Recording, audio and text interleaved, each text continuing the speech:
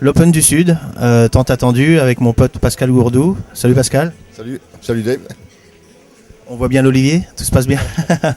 Donc Pascal, c'est vrai, on est au pays des Oliviers, au pays de la fraternité aussi, de la bonne humeur. Pascal, tout se passe bien pour l'instant? Ben écoute, très très bien, hein. Apparemment tout le monde est content, on a fait un petit tour de salle comme l'année dernière, et apparemment ça se passe très très bien. C'est la deuxième année.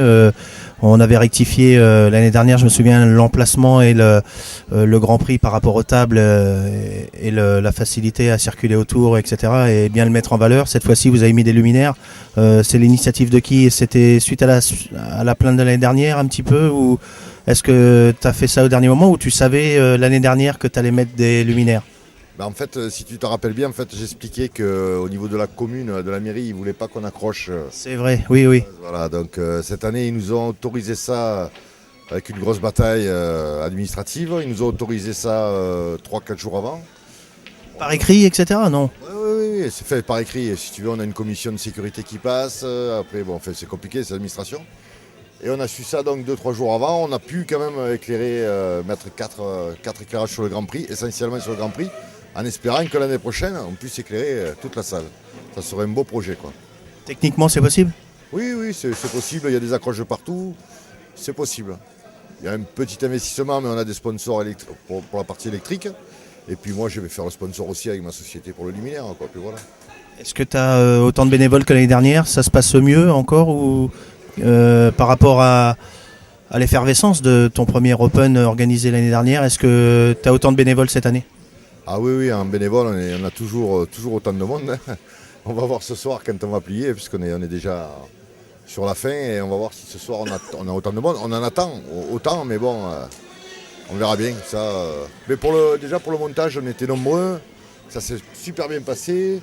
Ce qu'on fait nous, un petit peu la particularité de l'association, c'est-à-dire quand on a un plan de base au niveau de l'implantation des billards, mais quand on est dans la salle, en fait, chacun donne un peu son avis, en fait. Tu vois, c'est assez marrant parce qu'on a le transpal, on a le billard. Bon, moi je donne une directive, dire tiens, on va les mettre comme ça. Puis il y en a un qui dit attends, on le décale un peu pour la table, tu vois. Et avec toutes ces petites idées, ben, on est arrivé avec cette belle organisation, quoi. On a pensé entre potes en discutant comme ça. Je crois que c'est venu qu'on a voulu voir le Grand Prix. On est parti de l'allée centrale, on était au bout et on s'est aperçu qu'on ne pouvait pas traverser. Est-ce que tu penses sincèrement qu'au sein de la FEBAS, avec la charte, on pourrait prendre l'initiative d'avoir un petit logiciel d'architecte, tu sais, les petits logiciels où tu places les billards selon la superficie de la salle? Tu crois que ça serait intéressant? Je crois qu'en fait chaque salle est différente et après c'est un petit peu le fun de l'installation, c'est justement d'improviser. Il faut même, je vais dire, il faut même renouveler tous les ans pour que ça soit intéressant. Faut pas que ça devienne routinier dans une installation d'open. Si tu commences à rentrer dans la routine, dire voilà, on sait que le vendredi à telle heure il y a les billards qui rentrent, il y a telle équipe, etc. Il faut des imprévus, il faut que tout le monde participe pour que ça fasse quelque chose de bien, quoi. Vous vous réunissez, puis chacun donne son opinion. Mais bon, c'est vrai que Je veux dire, tu as vu, je veux dire, même en taux de participation, on est assez important. Donc ça veut dire que derrière, toujours pareil, on a autant de monde qui nous suivent, on a toujours des gens enthousiastes qui en veulent, quoi. Voilà. c'est aussi pour éviter de déplacer les billards plusieurs fois. Tu sais que c'est lourd et tu sais qu'à force, au bout de 32, on a un peu la main lourde. L'initiative des juniors, enfin des espoirs, ça vient de vous cette année?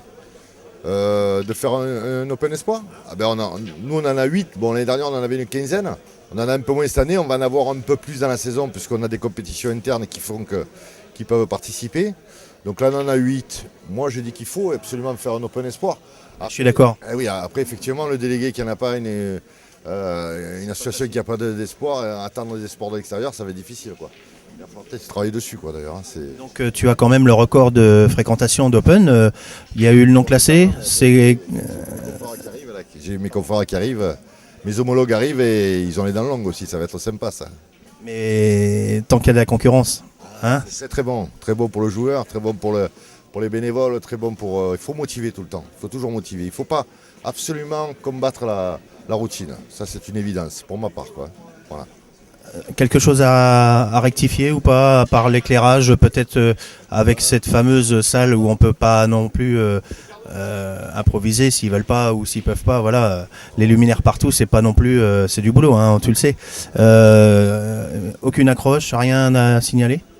Ben écoute, ce week-end, il y a eu Alors, côté technique, non, il n'y a pas eu de problème. On a même fait un plat chaud. On a entendu dire les gens qui voulaient un plat chaud, donc on a maintenu un plat chaud sur 2 jours. Ça, c'est pour le côté nourriture. Côté compétition, on a eu une petite accroche avec les féminines. Féminines qui veulent absolument jouer sur les 2 tableaux.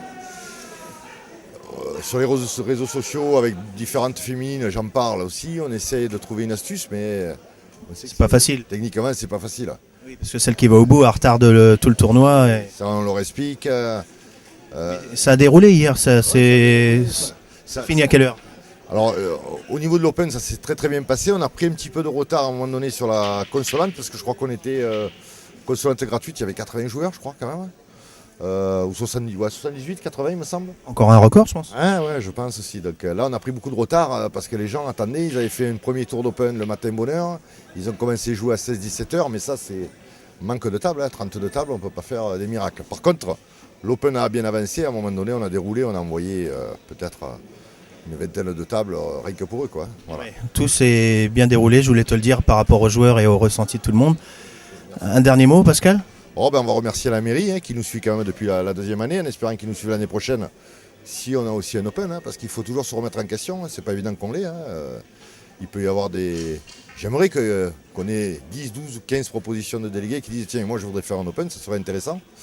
Mais bon, si on l'a, on sera là l'année prochaine, il n'y a pas de problème. Voilà. Tant qu'il y a de la vie, il y a de l'espoir.